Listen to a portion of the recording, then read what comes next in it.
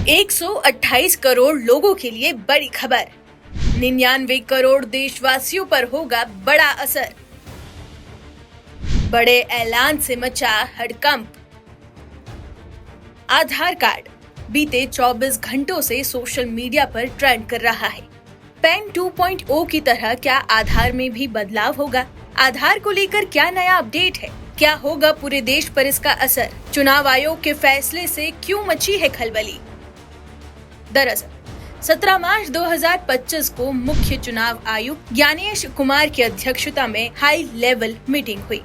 इस मीटिंग में election commission ने वोटर आईडी को आधार कार्ड से जोड़ने की प्रक्रिया को तेज करने का फैसला किया है, जिसका सीधा सीधा असर देश के 99 करोड़ वासियों पर होने वाला है।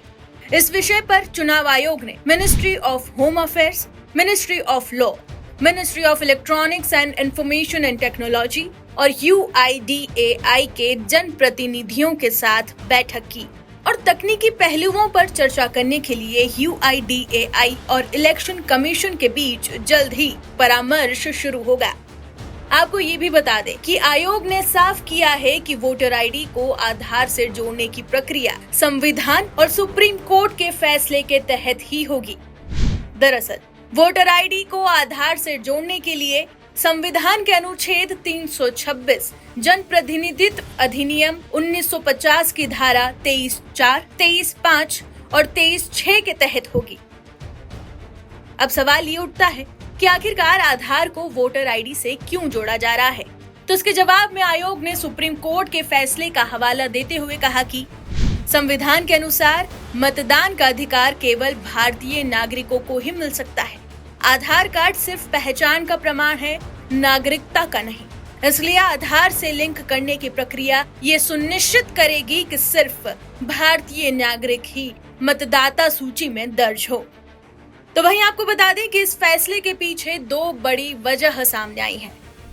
पहला, दोहरे पंजीकरण को रोकना। दूसरा, फर्जी मतदाताओं की पहचान करना। तो वहीं चुनाव आयोग का मानना है कि कुछ राज्यों में तकनीकी कमी के कारण एक ही वोटर आईडी नंबर 2 बार जारी हो गए थे, जिसे अब दुरुस्त किया जाएगा। हालांकि कुछ राजनीतिक दलों ने इस प्रक्रिया पर सवाल उठाए हैं, लेकिन आयोग का कहना है कि ये पहल आगामी चुनाव प्रक्रिया को निष्पक्ष और ज्यादा पारदर्शी बनाने के लिए मदद करेगी, जिसके मद्देनजर चुनाव आयोग ने पहली बार राष्ट्रीय और राज्य स्तर की सभी मान्यता प्राप्त राजनीतिक पार्टियों से 30 अप्रैल 2025 तक सुझाव भी मांगे हैं। अब देखना ये होगा कि ये पूरी प्रक्रिया कैसे पूरी होती है।